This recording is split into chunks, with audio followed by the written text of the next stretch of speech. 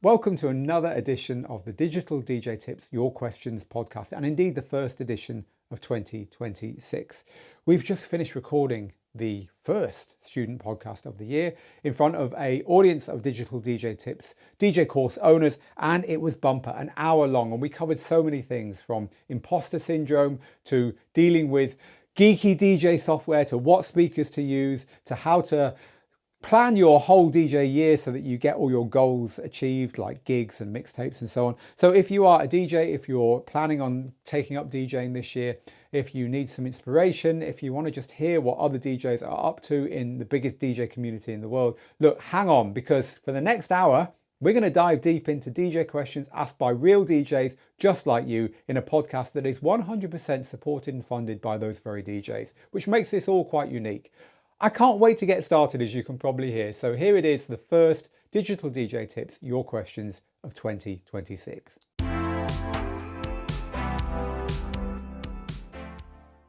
Our first question is from a couple of you actually who've asked exactly the same thing, and not too surprising because it's breaking news as we record this podcast, which is, what's Apple Music like on CDJ 3000? So CDJ 3000X actually is the current version of the pro DJ gear that you find in DJ booths and festivals and so on, all the places professional DJs play the big gigs. And so the CDJ 3000X, that's the one that they've done this on, now has Apple Music on it. So alongside the other streaming services that were built in, Beatport and Tidal, it now has Apple Music. So if you're a non-DJ listening to this, you'll be thinking, duh, I've had Apple Music on my phone for about the last 15 years. DJ gear moves really, really slowly. And so it's no surprise to see that some of the big services are only just starting to appear in professional DJ environments. Spotify, for instance, has only just started arriving in these places. But it's big news for DJs who play the big gigs and who expect to be able to access the music that they can access at home when they're out and about. And so Apple Music has indeed arrived on the CDJ 3000X, which I've been playing with in the studio today as we prepare to teach some of this stuff to our students at the school. So I can tell you that it works really well. It works in the way that most music streaming services work in DJ software, which is to say it's not quite as good as having your actual music with you. There's a few things which aren't the same. So searching is a little bit harder. Searching by BPM or key, for instance, is not possible because it doesn't really know, your system doesn't know the keys and BPMs of the tracks unless it's seen them before. And obviously it hasn't seen all 100 million tracks on Apple Music before because you've just logged into it and turned it on. So you do need to bear that in mind. But once you've downloaded tracks, it will let you play them. And if the internet goes a bit wobbly, it will still let you play the track that you've loaded. So there's no need to worry about it going off halfway through for that reason. And it will then remember the things you've done on the tracks, like cue points and so on. Worth saying that you do need to set all this up in your software beforehand and use the cloud services that come with this ecosystem to make this work. So you really do need to be fully into it. It's not something you're going to play with casually. But if you are fully into it, if you are using the cloud services, if you are using the software that powers all of this, which is called Rekordbox with a K, then you're going to like this because, hey, all you got to do is update to the latest version of the firmware on the players and it just works. So that's to be fair with you, I've spent a little bit of time writing this up for the website. I've spent a little bit of time playing with it so I can do some initial training, which I've submitted to the team, and that's going to be appearing on our channels quite soon. But I've probably had 10 minutes, 15 minutes to play with it, and I've played a grand total of 2 tracks. So that is the most you're going to get out of anyone, I would imagine, today, because they only announced that a little bit earlier. But hey, there you go. Right, so we are going to move on to some of your training questions now. We've got the breaking news of the day out of the way. So our first big question is from a student whose name really shockingly has slipped off the top of my notes here. So I'm very, very sorry to you for not having your name to hand. But anyway, it's a great query, so thank you very much for it. Who says, "Hi Phil, I'm a busy full-time working professional and a dad who is also an open format hobby DJ. My 2026 goal is not only to play at least one public event, think family friendly Saturday afternoon type thing, by the end of the year, but to make that my first proper gig in many years after getting back into DJing recently. I also want to release a recorded mix every month, in other words, a mixtape. I have already spent time taking a few of your courses, gathering music, building a library, and buying my DJ hardware, but I'm still deciding which software to commit to. If this was your starting point, how would you structure the year, month by month or in phases, to realistically hit those goals alongside a full-time job and parenting? Wow. So look, this is going to be relevant to everyone, I would imagine, with any DJ aspirations for 2026 at all. Because this is, as I said at the beginning, the time of year when we are thinking about this stuff. And so let's break this down and share a few specifics, but also a few wider learning approaches which are going to work for you if you're listening to this thinking, yes, I want to play my first gig. Yes, I want to make my first mixtape. Yes, I want to get out of my bedroom, or whatever your goals are for this year. So the first thing I want to do is to get you to think about the kind of person that you are. And I'm going to give you 3 options here. So you could be, and I'm going to admit this is me, the kind of person who dives in, utterly unprepared, making commitments that you're not sure you can keep. And you're just, you just get started and you think, well, look, if I get started, I'm going to have to deliver. I'll start telling people I'm doing this. I'm going to have to do it because I'm going to look stupid otherwise. It works for me, and I very rarely go wrong. I might not deliver the best version of myself at a gig or at a, whatever it is I've committed to. But I will get the job done, right? And for me, that motivates me. For me, just diving in without much preparation is the way forward. I think it comes from my background as a journalist, where we were given deadlines and it had to be done come what may. There was no negotiation. I think that's kind of like shaped me, or maybe I drifted into that because I'm that kind of person, who knows? So you'll know if that's you. You'll know if you're someone who just dives in and thinks, oh, I'll learn as I go along. Now, the other kind of person is the person who I think is the wisest. And this is the person who realizes that there might be steps involved to get to where they want to get to. So they have to think about it, they have to plan a bit, they have to prepare, they have to break it down, but then they do need to get started. And then when they get started, they really do think that momentum is an important thing. In other words, they move quickly. So I'll give you an example of someone like this in our tutor catalogue, in our tutor group, is James Hype. So James thinks hard about stuff. James has strategy, he has plans. But I've sat with James when he's made music. When he gets started, nothing will knock him off. He will keep focused and he will get to the end result by gathering momentum, right? So you could be someone who is like this. You plan just enough so that you're pretty sure you can deliver. You get started and you don't let anything knock you off track. You get the momentum and you get to where you want to get to quickly. If you are, hands up, well done. Because the third type of person is the type of person who prepares forever. And they're always doing stuff that isn't the actual work that's going to get them the result. They're preparing, they're getting all the stuff in order, they're getting everything around them that they need, they're thinking through all the possibilities. In other words, they're spending a lot of time doing the planning, but they're not actually getting started on what it is they want to do. Or they've set what it is they want to do so far in the future that it doesn't really seem real. And I think our unnamed, which is of course my fault, our unnamed student who asked this question is probably in the last group. So not someone who just dives in unprepared, not someone who gets the balance between preparation and doing right, but actually someone who spends a long time, maybe too long preparing, and then therefore the thing they really want to do is kind of kept in the distance. And I just think you might be this kind of person. And the reason that I think that is that you said things like, I want to play 1 gig by the end of the year, but I've taken a few of your courses. Look, taking courses is great, thank you. But look, you shouldn't need to take a few DJ courses in order to play 1 gig. So bear that in mind as we go through what we're going to talk about here. Ultimately, a gig is the starting point of your DJing. It's not the finish line. A gig isn't what you're aiming at. A gig is when your DJing begins. Until that point, you're kind of dreaming. You're not really DJing. Because DJing is done in front of other people, and DJing is done over multiple DJ gigs, multiple DJ events, multiple playing these Saturday afternoon type things for your family or whatever. So look, you said, I want to play a gig at the end of the year and maybe make a mixtape once a month. I would say flip that round. Play a gig once a month and maybe make a mixtape alongside it. So you could be strategic here.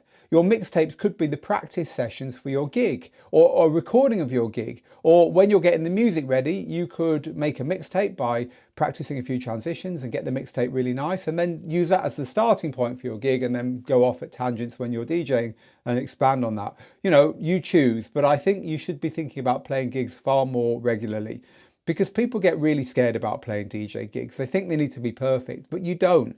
You're taking music that you love. You've done a lot of the work just by grabbing that music and sorting it out. You're taking music you love. You're making sure the volume is the same roughly throughout the gig, right? By balancing all those tracks volume wise, and you're cutting the gaps out between them. And really that's what DJing is. Everything else is just the icing on the cake. So look, you can do that already, would be my gentle tough love, if you like, for you here. So you also say, I'm thinking about what DJ software to commit to. I'm not sure. This is another classic example of overthinking before actually doing the work. Look, just get past that immediately. DJing can be done on any software. And look, your gear came with some recommended software. Just use that, right? Get past that. That isn't DJing. That's procrastinating. Again, a bit of tough love. Now, you also say, how would you prepare your year if you were me? If you're a busy person with, you know, a job and kids and so on. Well, look, reality check. We've all got jobs. We've all got kids, right? So you're completely normal in that respect. I think the biggest thing to do here, and I've already touched on it, is to set 90-day goals, not 12-month goals. I think the 3-month goals are key. They're golden. And the reason for that is 90 days is about right. I didn't make this up. This is kind of out there. If you search for, you know, getting things done and that kind of stuff online, you'll find people talking about this. But it really does work. And in fact, it's how we work here at Digital DJ Tips, how we work at the school. Because if you set a 90-day goal, it can be big enough to be meaningful, right? You can get a lot done in 3 months, but not so big that you just keep putting off doing the work, because it's going to be getting closer quite quickly, right? As soon as you set a 90-day goal, as soon as you know it's 80 days, then 70 days, and then you're starting to get twitchy, right? So breaking it down into 90-day goals. So for instance, you might say, look, I'm going to play that first DJ gig in 3 months, and then I'm going to play one every month from there on in. I'd prefer if you did that. And this way you can set 4 really nice, meaningful goals throughout the year, rather than one big one by the end of the year. That doesn't really work. All right, so do that.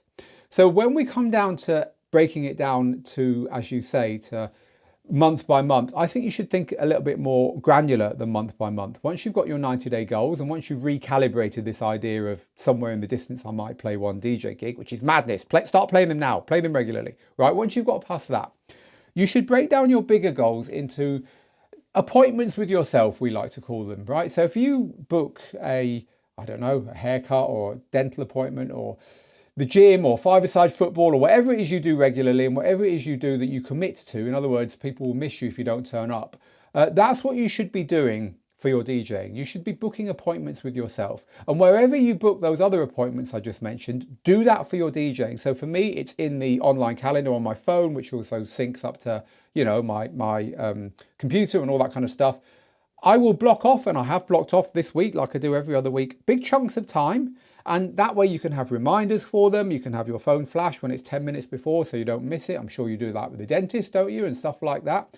And that way you can make sure that your DJing practice and the things you need to do to achieve these goals gets done with the same amount of priority that you would give to another appointment where you don't want to let someone down. In other words, you introduce accountability, right?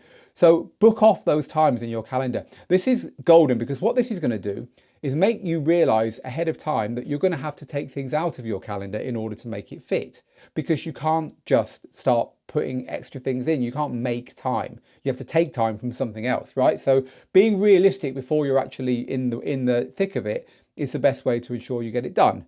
Because if you're not realistic, you're going to end up thinking, oh, you know what, this is just all too hard, and the excuses will start to creep in. So booking the appointments with yourself in advance is a good idea, and putting those in your calendar. I would also say little and often. Your learning happens when you're not doing it. This is just psychology. It just does. So you can spend an hour working on your mixing or your music or whatever, and then you'll have a penny drop moment when you're not actually doing that stuff. That's just how it works. So give yourself as many chances in every week for that to happen by having lots of little practice sessions. Also, it means that if you happen to miss one, and you will, then look, if you're doing all your DJing every Sunday afternoon for 4 hours, what if something happens on Sunday, right? and that includes you just being so tired from the week that you just can't face it, well, then you've just missed a whole week's practice. So break it down into little chunks. That way, if you do miss the inevitable practice session, it's only one practice session. So if you do all of those things, and the final crucial thing is get the buy-in of the people around you, because they need to realize how important this is to you. Otherwise, they add up in the column of excuses, right? Everything they're saying, oh, I don't want you to do that. Oh, I need you to do this. Oh, you didn't tell me you were doing that. That all adds to that column that you've got already. These all pre-made excuses as to why you're not going to do this practice session today, right? That might be enough to push you over the edge. You don't want to let down the people you love and who care about you and all that. So get them on board, make sure they can see your calendar, make sure they know how important it is to you. And that way you're more likely to do it.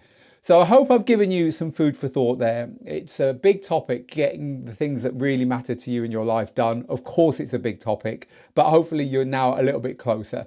And lots of good comments coming in as we're recording this live from the community as well. So if you're a student, do go check the community comments, but I'll just read one or two of them out. Let's go with Apostolis, who says, another thing I find helps me with practicing is logging how much time I have spent and aiming to spend enough time rather than chasing specific goals.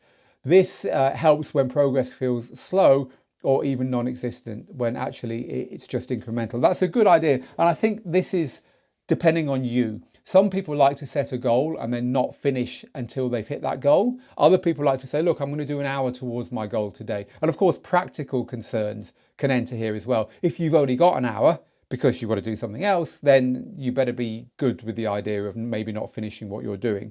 And Chris says, my advice would be to tag along with an established DJ.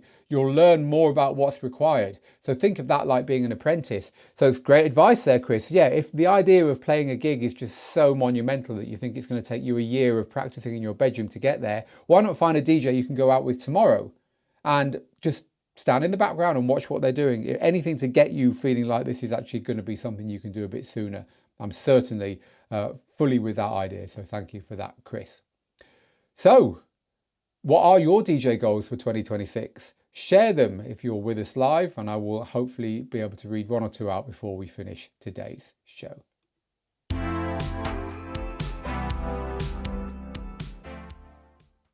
So, in an incredible stroke of coincidence or fate, Apostolis, who commented there, is the person who's given us our next question ahead of time in the student group, who says this: I've been running my own night for a while and it's gradually picking up. So firstly, well done, Apostolis.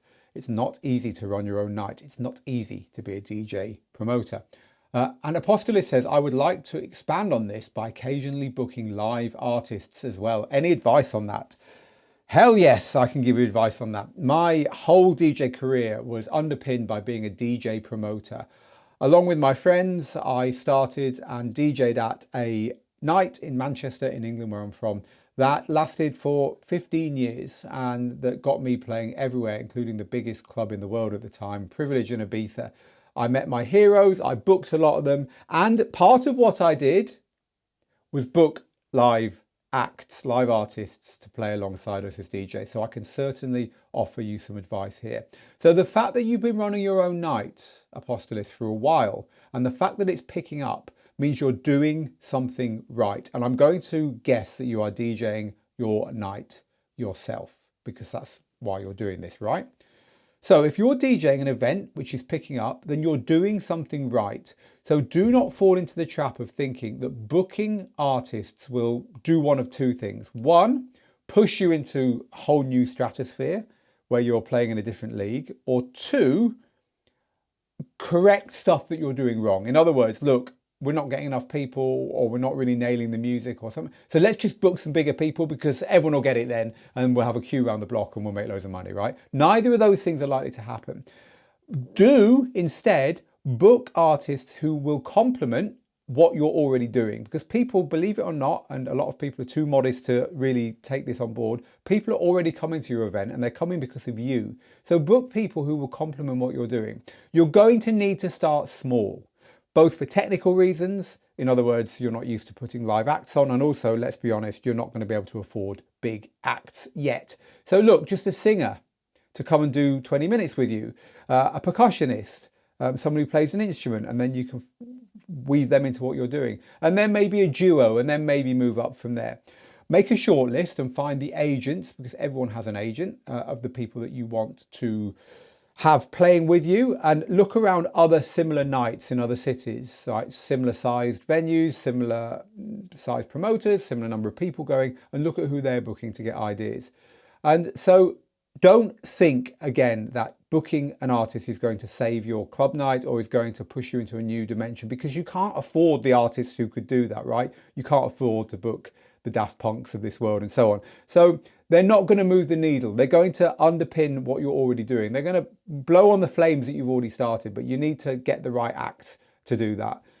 You should definitely negotiate with the artists, or rather with their agents. You should become known to their agents, and this will become easier once you start booking artists to play at your event, because they'll start to know you, right? They'll start to say to you, hey, we've got so-and-so around this month, would you like to book them in? But that will only happen over time, but you can certainly always negotiate on fees. What we did a lot was find people who could play in another city nearby on the same night. So there might be an event going on with different opening and closing times. So you could book them, and then suddenly they're not as expensive because they're making more money piggybacking on the back of something that's happening nearby as well, as long as it's not too near to be in competition with you. And when you do get artists coming and playing, look after them well. Now, it could be that you're collecting them from the airport. It could be that part of the deal is that you book them into a local hotel, book them into a nice one. Make sure your car's clean when you go and collect them, when you turn up when you say you're going to turn up, and that everything runs smoothly, because to you it's really exciting booking an artist, especially maybe someone from out of town. For them, this is their job, it's what they do. They're going to compare you to the other people who've booked them and looked after them. You want that comparison to be favourable, because if it is, you're more likely to get more bookings from their agent for other artists that you might want, or get them to come back if it's worked. So there you go. There's just my bunch of ideas around that. I could talk for hours about booking for events, because we did so many great bookings, but we also messed up a few times. And some of the lessons I've shared with you there are based upon some of my experiences. One of the bookings that always sticks in my mind that I just will smile about until the day I die is when I booked, there's a band in the UK called Groove Armada. And one of Groove Armada is a guy called Andy Cato. Andy is very tall. And if you're in the UK, you might have seen Andy on TV, on the farming programme, where he was planting unfamiliar crops to see if he could get them to grow. So maybe you saw that program on TV, because he's now an agriculturalist. There you go. We're getting old. We're doing other things with our time. But Andy Cato was a star of British TV recently. Anyway, I'm digressing. Andy was a trombonist and musician within a duo, which was who Groove Armada were and who Groove Armada are. And so we used to book Andy as a DJ to play a DJ set. We'd call it a Groove Armada DJ set, right? So far, so normal. But one time Andy said, and in fact, it was his idea. He said, can I bring my own instrument with me and play? And he brought a trombone, like a proper trombone. And he had a microphone and he had a wireless link to the DJ booth. And we plugged his trombone into the DJ booth, and he DJ'd. So he's the one DJing, and he just wandered out onto the dance floor and played his trombone over the music he was playing. And then he wandered back and put another record on. Can you imagine the fun in a nightclub when the DJ is suddenly not in the DJ booth and suddenly he stood next to you playing a trombone? It was absolutely brilliant.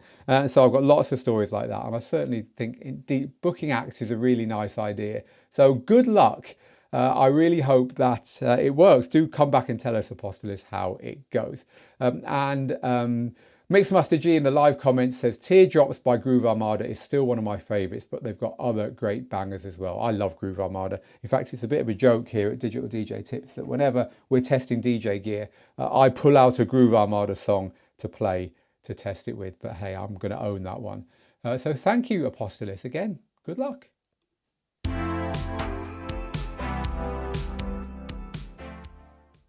Few big goals for the year coming in. I'm going to read this one out from Benedict, who says, my big DJ goal for the year is to make the events I run with my friends a success, where everybody has a good time and DJs and I'm going to DJ the best I can at every single event. Fantastic. Well, there we go. That's a one that I'm sure lots of people will be behind you, but also thinking, yes, I'd love to do that too. So, all right, we're going to move on now and we're going to get unashamedly geeky because we're going to talk about software for a couple of questions. So this came in from Ralph, and this was a question to the community, and I've paraphrased it. So Ralph says, how much of your music preparation time is spent fixing errors versus actually preparing your DJ sets? We'll do a bit of a live poll on this, so share what you think if you're here for the live recording of this. So Ralph goes on to say, in an average week, how much of your time would you say you're spent on database maintenance, fixing missing files, repairing things, reanalyzing tracks and so on, versus actually creatively preparing, building playlists, practicing transitions and so on? It's a great question, and we often talk about how DJing is becoming something that is more and more technical by the week. You know, at the beginning of this show, we talked about Apple Music and how it's now available on standalone professional DJ gear. But you can't just turn up and put your username and password in. You need to have the software, you need to be able to update firmware, you need to be able to export to USB drives in order to authenticate the players, you need to know how to use QC codes in order to log in on an app on your phone in order to authenticate that way if you haven't got them on a USB drive. I tell you what, my dad would have lost all interest in that sentence at the third word, I think. And look, DJing used to be about art and creativity and craft. It used to be about records and, you know, turntables and making sure there weren't vibrations jogging your needles. And that was about it. It certainly is no surprise that information technology is something that attracts the same people that DJing attracts, right? We get an awful lot of people who work in tech as DJs because there is a big tech side to it nowadays. A lot of what we teach here at the school is to try and get people past that. That's why I said earlier, you know, really do try and get past the gear and the software. And I think, look, the question here is how much do you want to get involved in this? How deep do you want to go? Because yes, you can get really deeply involved in software. You can use all the features. You can use all the extra software that's out there to help you put your library in the cloud and analyze all your music for things that your software alone can't do, but you need to use other programs to do that. You can use functions that separate the vocals from the instruments and all that, and you can use different software to do that outside of your DJ software. Or you could just buy the simplest DJ system out there that's modern, that uses modern DJ files and doesn't use records and vinyl and all that. And you can learn to play those records on that system by hitting the play button. And you can learn to play another one when that first one stops playing, and then again and again. And now you can go and do that in front of other people. That's DJing. You don't have to do all the technical stuff. A lot of people we teach are returning to DJing after a break, and they have two problems. One, they don't really understand how computers work. They are, in other words, unable to understand files and folders and where downloads go and what happens when they copy or move things. This is basic computer stuff. And unless you've had a job doing that or needed to do it, why would you? Right? Maybe your exposure to computing is simply, you know, you figured out Gmail 15 years ago and that's about it.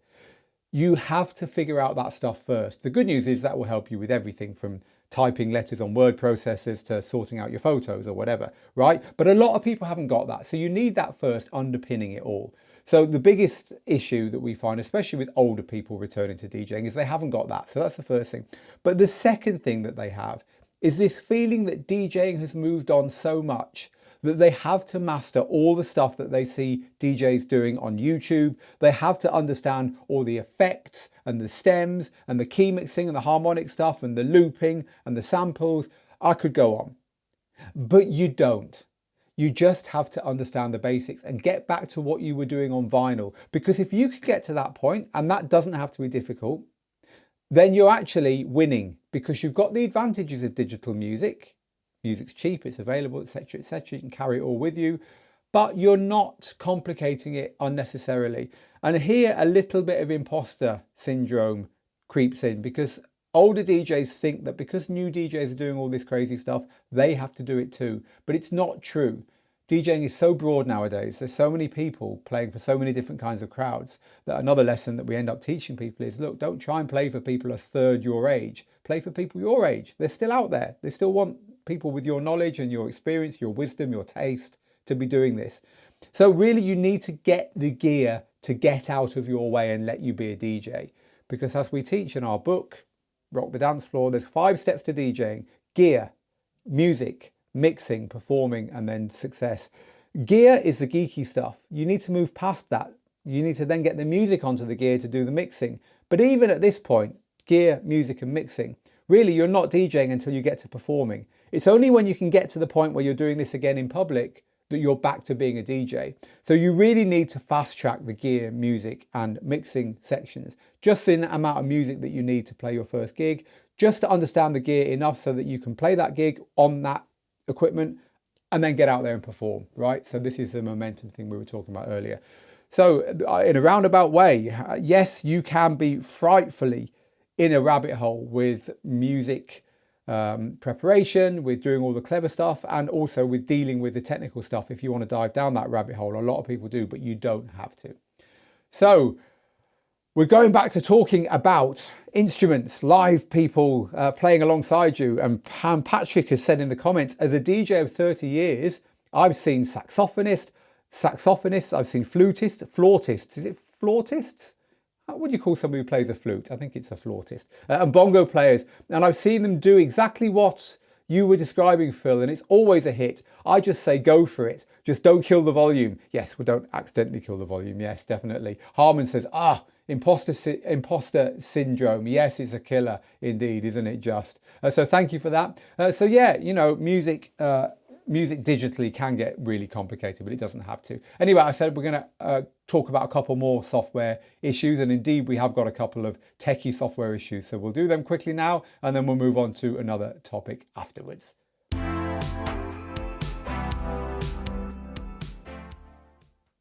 Okay, so the first one of our additional software questions is from Joachim, who says, can you share any advice on using the mobile app for Rekordbox? Rekordbox is the most popular DJ software out there. The mobile app for Rekordbox to prepare tracks, i.e. when you're on a train or whatever. In particular for those of us using the free tier. So this is really interesting because remember we talked at the top of the show about Apple Music and having Apple Music on your DJ gear, on your DJ hardware. That is part of this whole ecosystem that Rekordbox is part of, and it all relies on you buying in, and that means you spending on the software, spending on something that isn't the free version. The free versions will hold you back. They just will.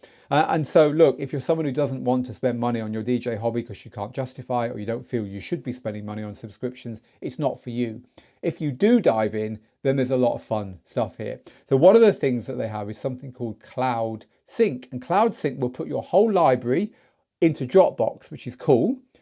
You pay them, you pay Rekordbox, and they give you the Dropbox for free.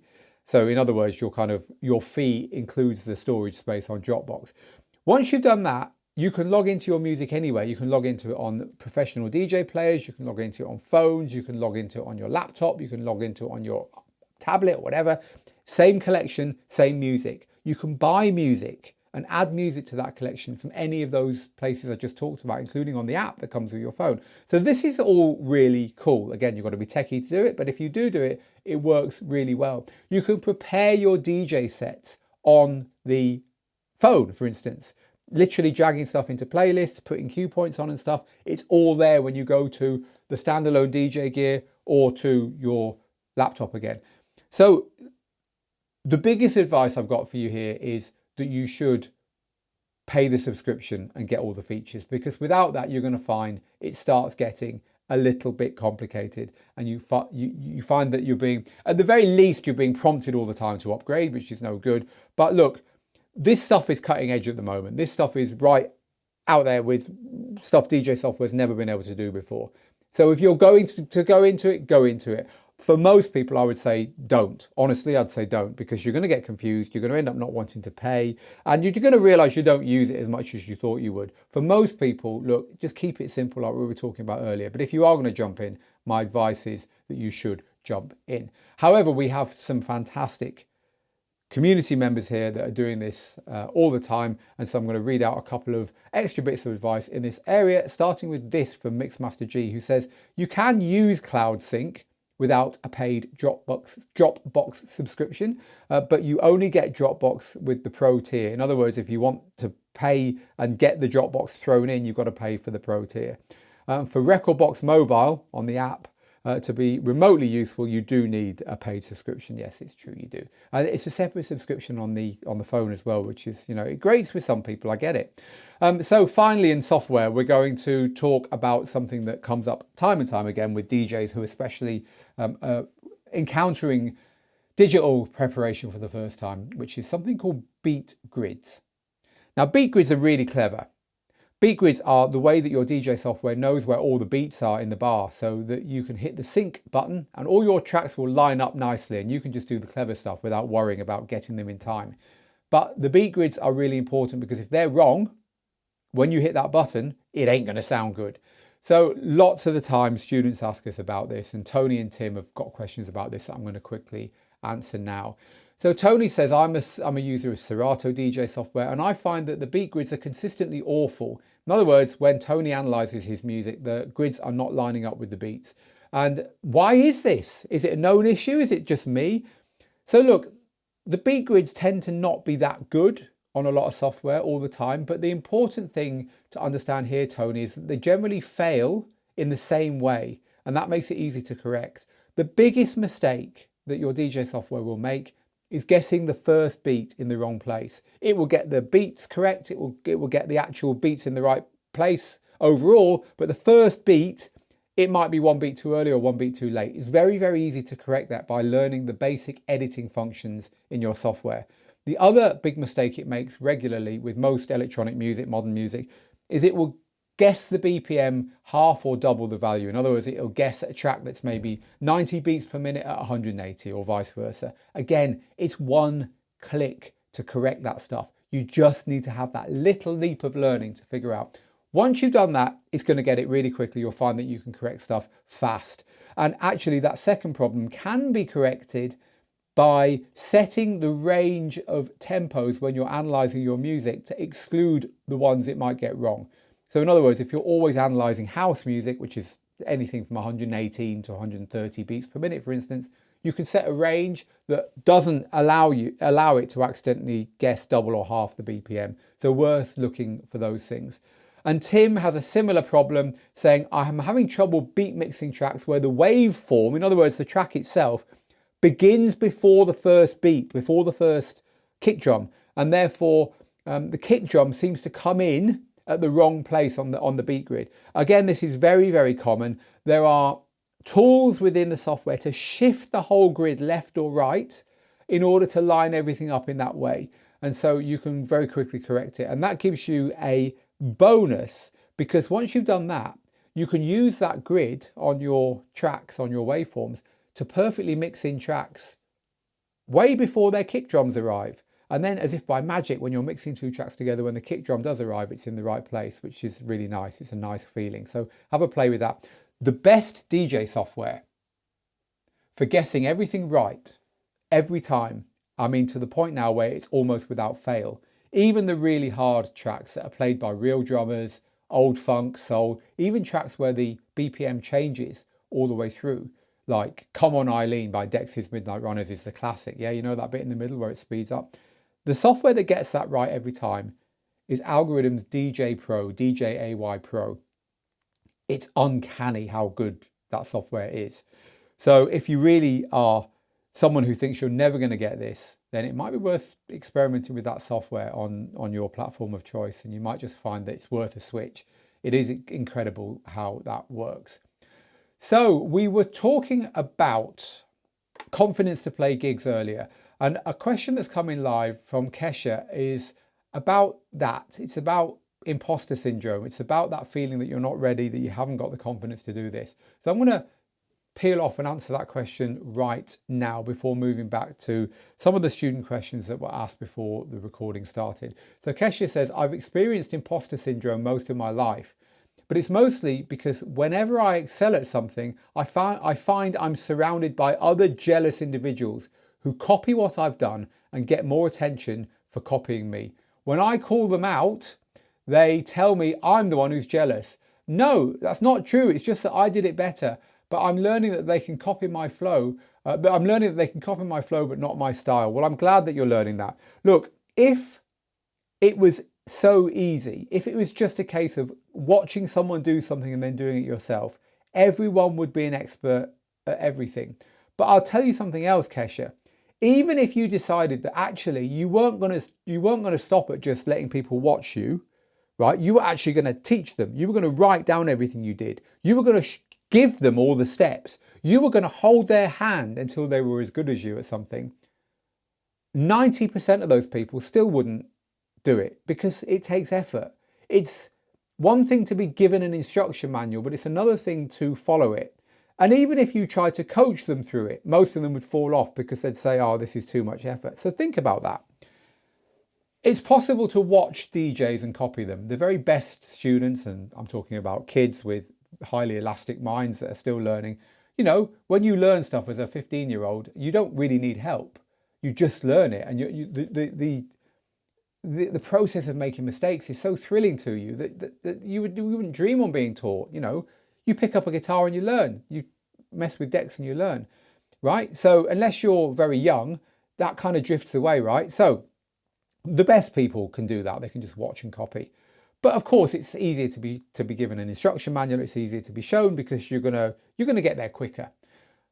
But even at that point, people drop off. So now, people who are not only being shown, but they're being taught. They've got feedback, right? So it's not just they're not just being given the instructions. They're having it explained to them step by step, and they're getting help along the way. Hey, DJ courses is what we do for a living. Even those people, about half of them never go any further, right? We can give you all the help. You can lead a horse to water, but look, it's got to choose to drink, right? Even those people, they drop off, right? And even if you are the best tutor in the world, even if you're giving someone, you know, and I'm sure if you've got kids and you try to teach your kids things, you know this, right? And kids are the best in the world at learning. We've already talked about that. Even if you are the best in the world and you've got every intention to help someone get somewhere, look, not everyone is as committed as you. So what I'm trying to say is that imposter syndrome is real. We all feel it. But thinking that people copying you and then getting better at what it is that you're doing is the cause of your imposter syndrome is possibly not right. It's possible that you are actually misthinking that one, or you've got a cognitive not problem, but a cognitive short circuit going on there that you can figure out. Because look, 1 person in 10 is likely to put in the work to get anywhere near you. And actually, your question there came with its own answer, didn't it, Kesha? Because she said they might copy what you do, but they can't copy your style. You know, without getting too woo-woo about this, we are all individuals. You guys and girls are here with us on this podcast and in this DJ school because you like the way we do it. But there's a lot of people who aren't here because they don't, right? So there's room for someone to teach them, and the next group and the next group and the next group. So look, other people doing what you do is a compliment. Other people doing what you do is never competition. They shouldn't make you feel bad about it. Okay, Don says adults are willing to make the errors during their experiment. Aren't willing to make the errors during their experimentation like kids are. Definitely true, Don, because, you know, by the time you reach, as DJ Jazzy Jeff, I love his phrase, by the time you are a member of the grown folk, right? Grown folk know how to do stuff. Other people are looking to us to learn how to do stuff, right? We shouldn't be the ones making mistakes. You reach a point in life where it's harder to make mistakes because you feel like you shouldn't be making them. But guess what? Keeping that curiousness, keeping that plasticity in your brain, in other words, staying young, requires you to keep learning, and learning requires you to make mistakes. So it's a trap. Being a grown folk, being a member of the grown folk is in some ways a trap. So don't fall into it. I totally agree. We're going to move on from that because that's a bonus question that's got thrown in here because I just saw it and I couldn't help but answer it. And I've got other things I want to get done before the end of our time together today. So thank you very much, Kesha. A wonderful question. And imposter syndrome is indeed real, but it is something that we all battle with. You're not alone there. We're going to move on now to talk about DJ speakers.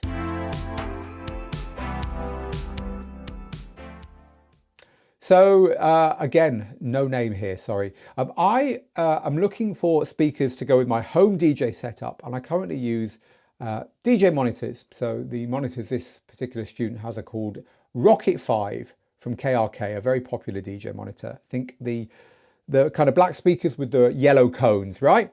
I'm sure you can picture DJs with speakers with yellow cones. That's the KRK ones. So this student says, I'm thinking about upgrading to better speakers, but I'm not sure what to go for. I mainly play trance and techno. Okay, so look, here's the thing. Speakers are something that you need to decide right up front whether you're buying them for your home or to DJ out on, because we're talking about two different types of speakers. The kind of speakers that you DJ with at home that are going to sound lovely in your studio are not going to be suitable for playing out, because playing out, for two reasons. One, speakers for playing out are more rugged. They've been designed so that you won't break them as easily, both physically and electrically. In other words, you can't push too much power through them and blow them up, and you can't, have someone accidentally put a pencil through the cones or whatever. They're designed for that, all of that. So speakers to play out with are rugged. They're designed to compromise slightly on the sound sometimes in order to be something that you can rely on and not break. But also they're designed to throw the sound a long way, right? So the actual physical design is a little bit different.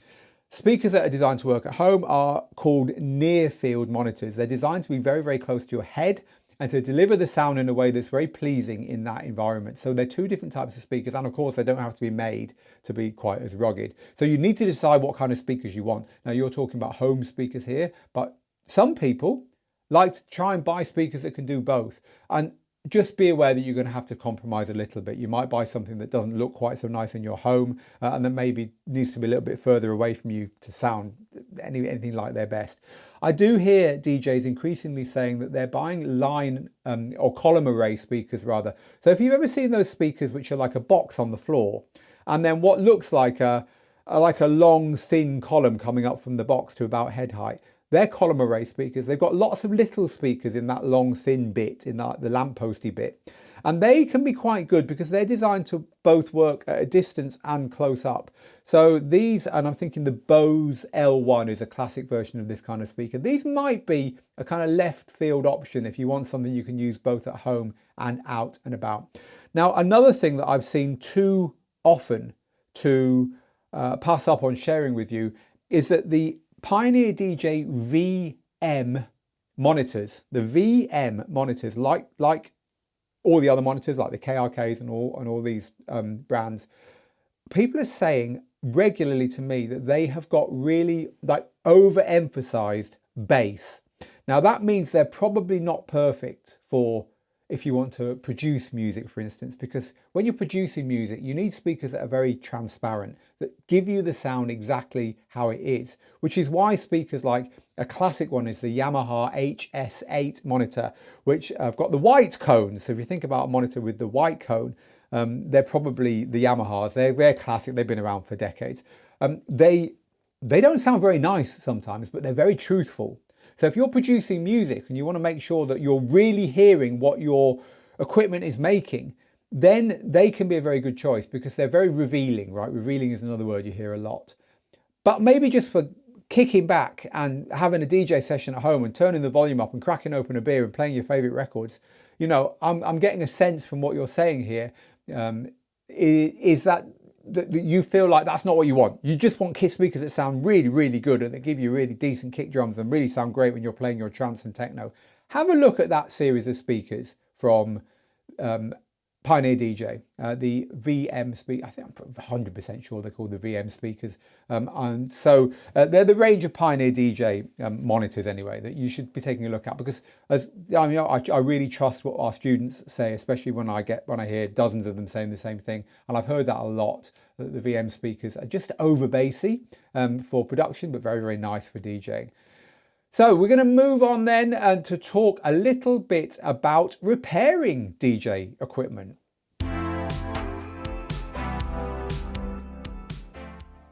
How do you learn to repair your own equipment when it breaks? Where do you get parts from? What are the key repairs or maintenance items you should do on a schedule? Says Andras. It's a great question. So one of the things about this is that, very sadly, a lot of DJ gear, especially the cheapest DJ gear, is kind of unrepairable. And the reason for that is that all the components are soldered directly onto the circuit board inside them. So if you took the lid off a cheap plasticky DJ controller, you'd see that everything is kind of soldered onto one green circuit board. So if something breaks, it's very hard to replace it and repair it. The best DJ equipment, when you start to move up the chain, the components are bolted onto the faceplate rather than soldered directly onto the board. So if you do need to replace components, then you can buy the component, put it in there and resolder the wires, and then you've got a repaired piece of equipment that's going to be as good as new. Further to that, the pieces of the components, if you like, that wear out most often tend to be the ones you use most rigorously. Of course, we're talking crossfaders, upfaders, and so on. And so they often are literally drop-in replaceable.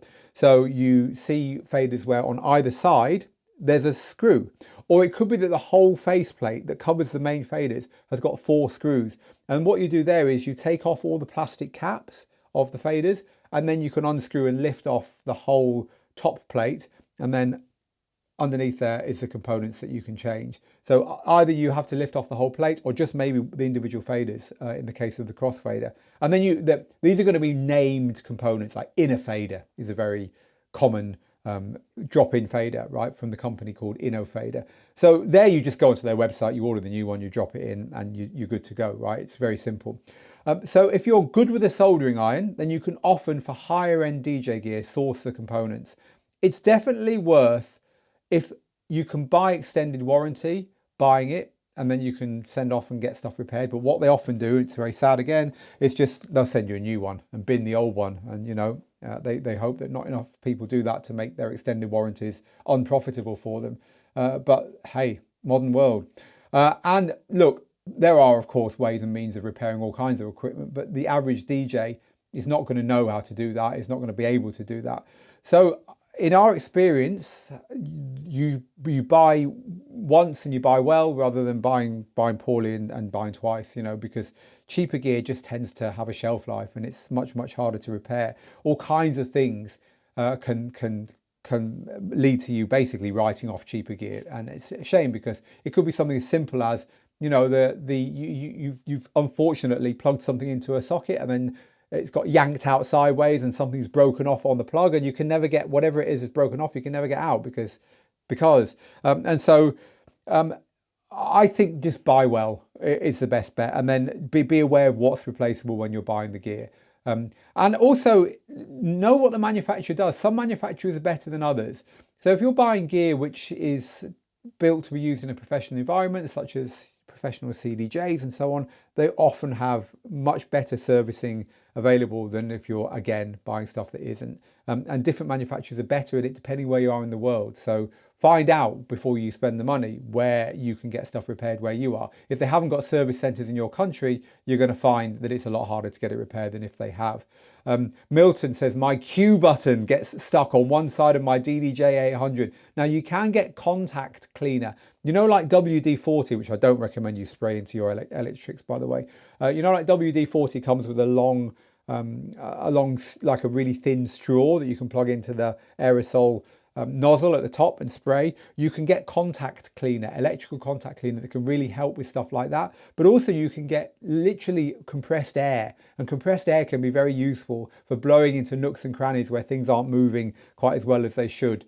So yeah, buying that kind of thing can help. We have all that kind of stuff here in our cupboards just for these tiny little niggles.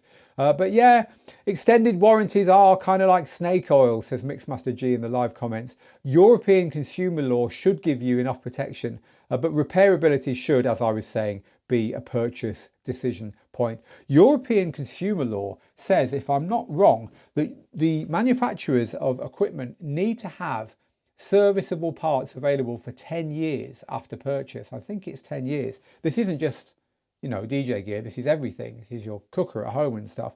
So as Mixmaster G says there, extended warranties are kind of snake oil because they should have your back. So interesting stuff, yeah. We would like to see big leaps in this area in DJ gear, because DJ gear should not be disposable. We're not buying mobile phones and we're not buying clothes. We're buying stuff that should have a 10-year shelf life and should be repairable past that. So let's hope it happens sooner rather than later.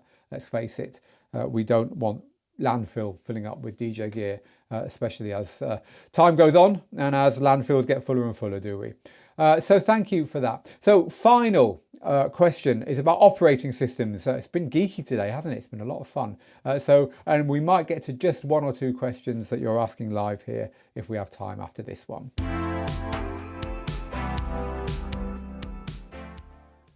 So Tyler says, how soon should I update my operating system? There's a shiny, and I'm gonna paraphrase this to make it useful to as many people as possible. There's a shiny new operating system available for my computer. I got an email from the manufacturer of my, insert here, production software, DJ software, whatever, saying wait before you upgrade, with lots of red exclamation marks or warning signs. Is this normal? And how long should I wait? Okay, Tyler, so here's the thing. When your audio software or audio equipment, and of course that means DJ equipment, is being developed, they develop drivers for it, which allow you to use it on Windows equipment, and they don't have to do it on Mac equipment, because Mac equipment all uses Apple's built-in drivers, right? There's a big difference there. Now, the thing is that when you upgrade to the latest version of Windows, those drivers are the same. In other words, they don't change them. So as long as the ones that worked when you bought the gear still work, they'll be there after you've made the upgrade. It's not the same with Mac. With Mac, if Apple change anything about the audio drivers in the latest version of the operating system, then it's going to break your equipment. And that's why it's generally Mac users that get these scary emails from Serato and Ableton or whoever. Now, what should happen is that Apple makes available the latest versions of the operating system to their developer channels. The software companies develop and test to make sure their DJ software and their production software works fine with the new versions way before you're offered it as a consumer. It doesn't happen. My suspicion is that for two reasons. One, research and development in our little niche, music production, DJ software and so on, research and development is tiny, because these are tiny companies serving relatively small numbers of people, right? This isn't a big game that we're playing in. So they've got other priorities. They haven't got time to drop everything and put all their work into making these changes to their DJ software or whatever straight away. But secondly, I think the reason is that, if you are using a word processor, right, and you happen to be using it with the latest version of, the Mac OS, and the cut and paste is a bit chonky for a couple of weeks because they've missed something in the testing, it's not the end of the world. But if you're DJing in front of 5,000 people and Serato lets you down, it is. So they have this ultra conservatism going on where they really want to be sure that everything's okay before they give the green light. And you can understand that, right? So the combination of, look, they're not the biggest companies in the world and they've got other priorities, plus they really want to make sure it's right before they tell you it is, means that we think you should be ultra conservative too. And what we recommend is that if you get this kind of email from your software companies, from your hardware manufacturer or whatever, saying hold off before you upgrade to your latest to your latest operating system, then we think you should hold off until that company releases, or at least announces, the next version of the operating system, right? As soon as you start hearing the next version's on the way, you're going to be safe to upgrade to the current version. If you do that every time, you're minimizing any possible risk. And you remember we were talking earlier about DJs should be DJing and not worrying about software compatibility and so on. There is a great way to make sure that happens with you when it comes to ultimately something that is meant to just be a tool to help you be a DJ. You don't want to be worrying about diagnosing these problems, and you don't want to be scared that things are going to go wrong because you jumped the gun on upgrading to the latest operating system as we went along.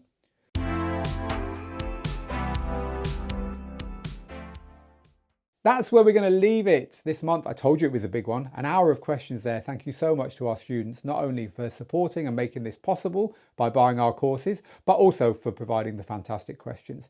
The next podcast from us here at Digital DJ Tips is in 2 weeks, when we'll be looking at New gear, new issues, new topics all around the NAMM show, which is the biggest music show of the year in January, and it's typically where a lot of new DJ gear is released. So I suspect that's what we'll be talking about in 2 weeks' time. And then 2 weeks after that, we're back for another one of these Your Questions podcasts. If you want to make DJing part of your life in 2026 and you want to learn to DJ with the world's favourite school, head over to digitaldjtips.com and take a look at all the courses that we have on offer there. Or even better, if you're serious about this, take a look at our all access pass to get everything we do for one low price. But meanwhile, from me, Phil, here in the studio, thank you for joining me. Get good, get out there, make the moments, and we'll see you again very soon. Bye-bye for now.